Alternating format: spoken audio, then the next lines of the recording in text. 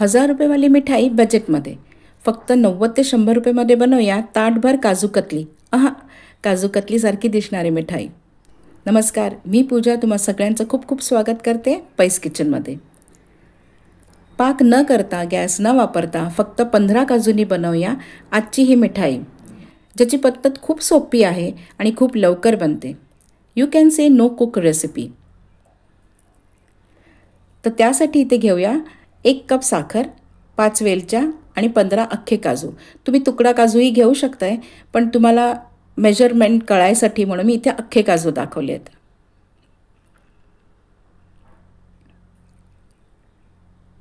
आता ह्याला आपल्याला मिक्सरमध्ये बारीक करून घ्यायचं आहे.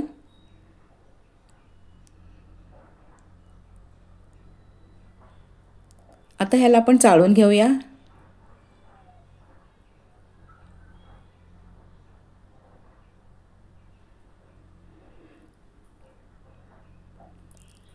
ह्यातलं सेकंड इन्ग्रेडियंट जे आहे ते आहे फुटाणे. कोण ह्याला दलिया म्हणतात, कोण पंढरपुरी डाळ म्हणतात. तर रोस्टेड ग्राम डाळ ही 1 कप आहे. आणि जी आपण साखर चाळून झाल्यानंतर उरलेलं होतं ते सुद्धा ह्यामध्ये घालून आपल्याला ह्याला बारीक करून घ्यायचं आहे आणि नंतर चाळून घ्यायचं आहे. ज्या कपनी आपण साखर घेतली आहे त्याच कपनी फुटाणे घेतलेले आहेत आणि त्याच कपनी आपल्याला घ्यायचं आहे third ingredient, that is milk powder. Milk powder पण इझिली अवेलेबल आहे. जर तुम्ही ग्राम्समध्ये बघितलात तर साधारण 110 ग्राम आहे ती. आता हे सगळं आपल्याला व्यवस्थित मिक्स करून घ्यायचं आहे.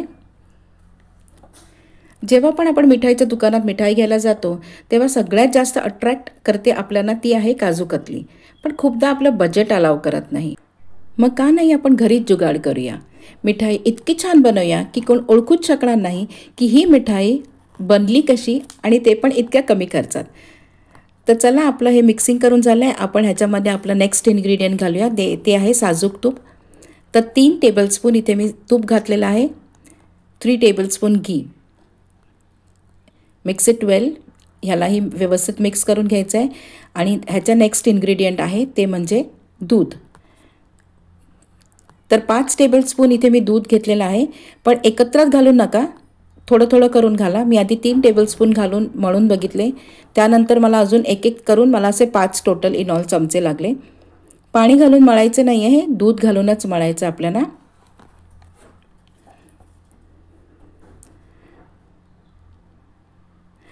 आता हा आपला ॲक्च्युली बेस तयार झाला आहे. तुम्ही ह्यामध्ये कुठलंही फ्लेवर किंवा कुठलंही एसेन्स घालून तुम्ही त्या कलरची आणि त्या फ्लेवरची तुम्ही मिठाई बनवू शकताय तुमच्या शेप अँड साईजमध्ये. हा बघा, हा गोळा आपल्याला इतका असा सॉफ्ट पाहिजेल आहे की तो इझिली लाटला जातो. आता हे मी किचनच्या प्लॅटफॉर्मवरतीच लाटते आहे, पण ते लाटायच्या आधी त्याला ग्रीसिंग करून घ्या खाली प्लॅटफॉर्मला. थोडंसं जाडसरच लाटायचं आहे आपल्याला.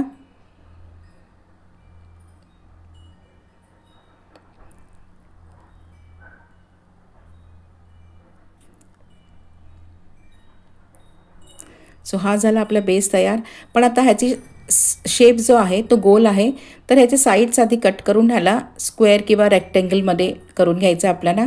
हे जे साईड्स कट केलेले आहेत हे वेस्ट जात नाही. ह्याला पुन्हा आपल्याला मळून अजून एक ह्याची अशी चपाती करून म्हणजे ही सेम प्रोसिजर आपल्याला करून घ्यायची आहे.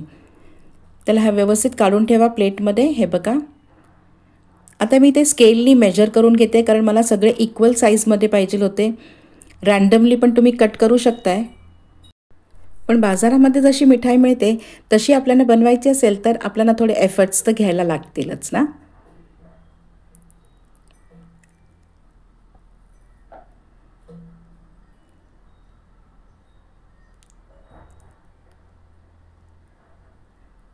तर हे बघा, ह्या प्रकारे आपल्याला कट करून घ्यायचे आहेत.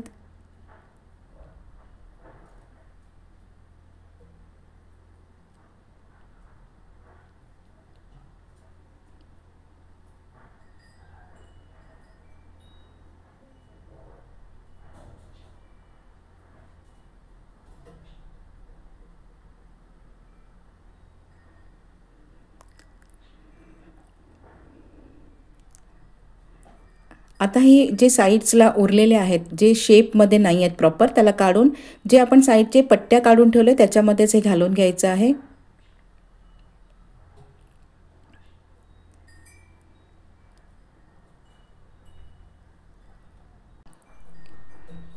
आणि हे जे उरलेलं आहे त्याला आपल्याला पुन्हा तीच प्रोसिजर करायची, चपाती लाटून असं शेप्स देऊन घ्यायचे आहेत.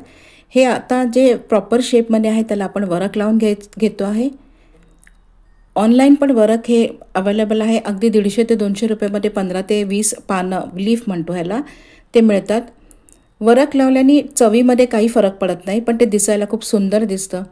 कोण ओळखूच शकणार नाही की ही मिठाई तुम्ही घरी केली आहे.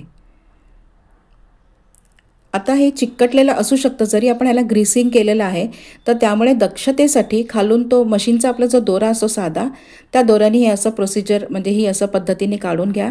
आणि त्यानंतर तुम्हाला ज्या प्लेटमध्ये ठेवायचं आहे तिथे हे सगळे व्यवस्थित असे लावून घ्या.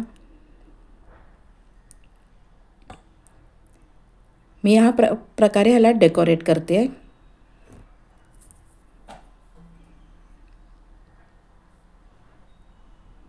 हे बघा, हे गोळा एवढा उरला आहे, म्हणजे जे साईडचे पट्ट्या होते आणि जे शेपमध्ये नव्हते हे सगळं एकत्रित केल्यानंतर एवढा मोठा गोळा झाला. तर ह्याला पुन्हा आपल्याला चपाती ती लाटून तीच प्रोसिजर करून घ्यायची आहे. तर हे इतके झाले आपले तयार मिठाई. जी बर्फी आहे ती एवढी तयार झाली त्या पिठामध्ये. आणि थोडासा तिसरा टाईम म्हणजे त्या सेकंड टाईम लाटल्यानंतर पण थोडं जे उरलेलं होतं ते हे बघा इतकंच उरलेलं आहे. याला आपण थोडंसं वेगळं काहीतरी टच देऊया. यामध्ये मी कलर घातला आहे येल्लो, फूड कलर आहे आणि ह्याला मळून घ्यायचं आहे. मी येल्लो कलर घेतला आहे, तुम्हाला जो आवडतो कलर तो तुम्ही इथे घेऊ शकताय. त्यानंतर ह्या प्रकारे ह्याला रोल करून घेतलेला आहे.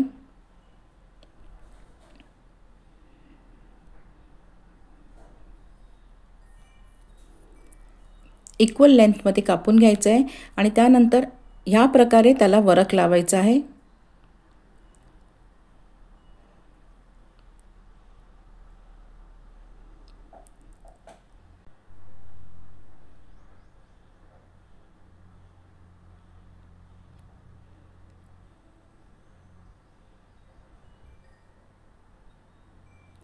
याचे आता आपण छोटे छोटे तुकडे करून घेणार आहोत.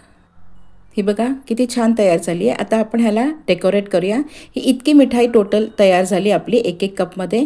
तर ह्याला पिस्ता आणि केशरनी आपल्याला डेकोरेट करायचं आहे.